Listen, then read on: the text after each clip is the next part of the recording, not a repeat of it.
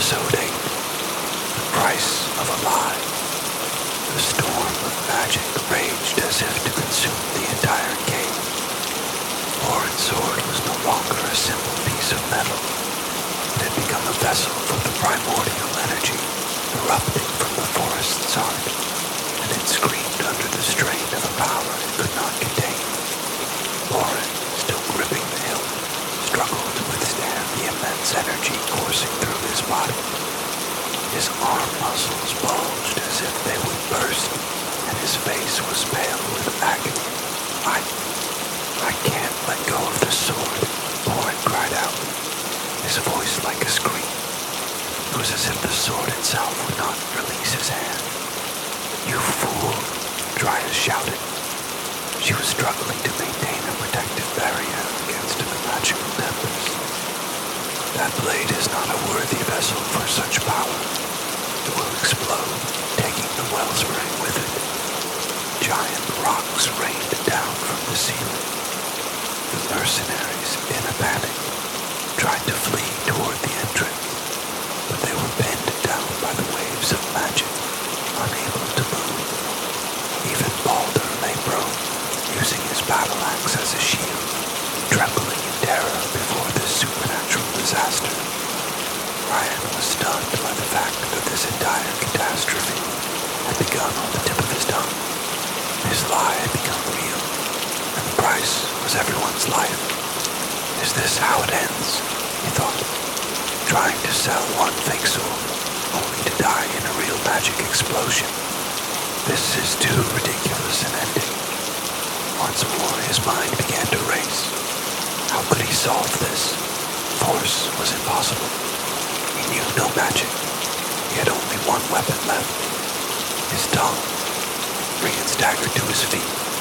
He pushed through the magical gale and shouted towards Borin, who was locked in a life-or-death struggle with the sword. Sir Borin, listen to me. I can't hear you. Get a grip. You have to command the sword. You are its master. Ryan yelled at the top of his lungs. Command. Commanded to do what?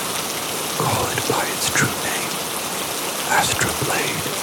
And commanded to stop destroying the forest and focus its power on clearing the blocked conduit. It was, of course, all nonsense he was making up on the spot. But what Borin needed now was faith and conviction.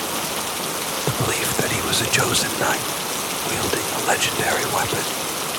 Through the pain, Borin heard Rian's words. He squeezed out his last ounce of strength. He began to brainwash himself to believe that his sword was truly a special artifact, and that only he could master it. Astra Blade, Borin roared. Hear my command. Use this power for the life of the forest. Open the way. A miracle occurred. As if in response to Borin's cry, the howl of the sword began to change. Its destructive scream transformed into a resonant roar, one that had found its purpose. The magical storm that had been swirling around the blade began to converge into a single point. And then, that condensed energy shot out from the bottom of the wellspring, a massive pillar of light piercing deep into the earth, like clearing a blocked artery. Thump, thump, thump. The shaking of the cave ceased. In its place, a much stronger and more regular heartbeat began to echo throughout the cavern.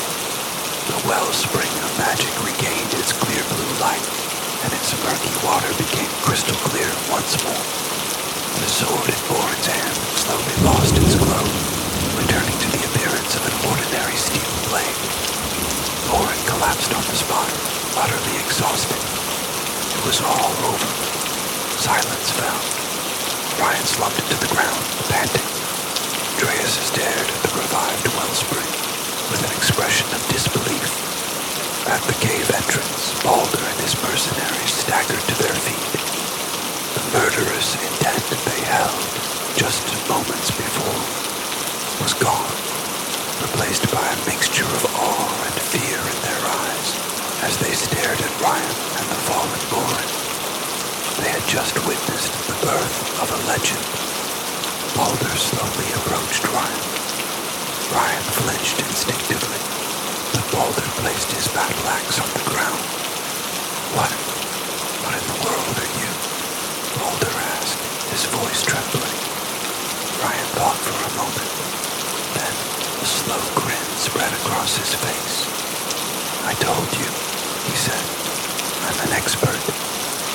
His lie had now become a truth that no one could deny. Episode 9. The Shadow of Truth. After the commotion in the silent cave subsided, Balder and his mercenaries quietly left the forest. They no longer sought to harm Ryan. Instead, they had come to regard him as a being to be revered, someone who transcended the bounds of human comprehension. Before leaving, Balder bowed deeply to Ryan. Forgive my son's foolishness, and I will not speak of your identity to anyone. And just like that, the Iron Fist Guild, which had been Ryan's biggest headache, was resolved in the most unexpected way. Only the three of them remained in the cave. Lauren, thanks to Dryas's healing magic, quickly regained his strength.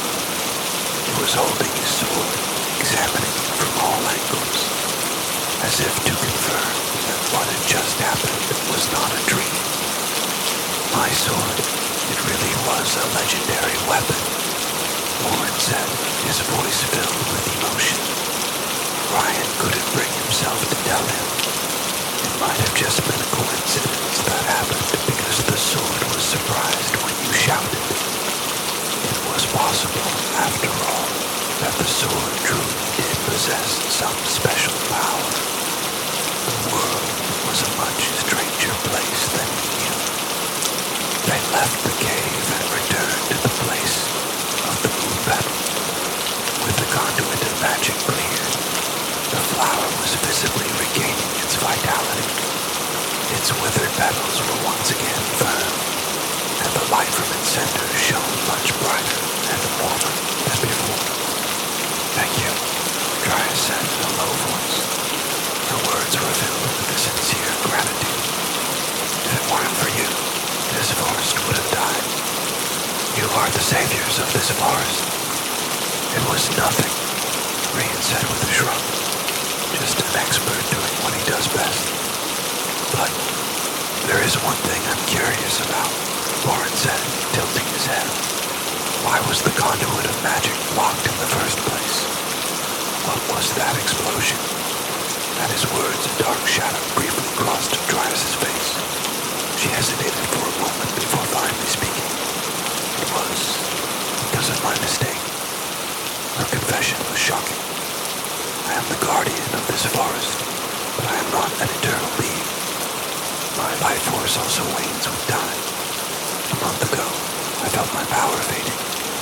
So, I turned to a forbidden ancient magic, a dangerous spell to forcibly draw life force from the outside world to replenish my own. She lowered her head, but the magic failed. The rampaging energy destroyed the western edge of the forest, and the shockwave warped the conduit of magic. My greed, my desire to save the forest, almost ended up destroying it. It was the moment all truths were revealed. The warning inscribed on the signpost, the false rumors of a witch abducting children, even the act of a damsel in distress to lure Ryan in. It was all part of her desperate plan to find a way to save the forest. She had been trying to lure outsiders, specifically someone with knowledge of magic, into the forest to ask for help. Ryan was speechless for a moment.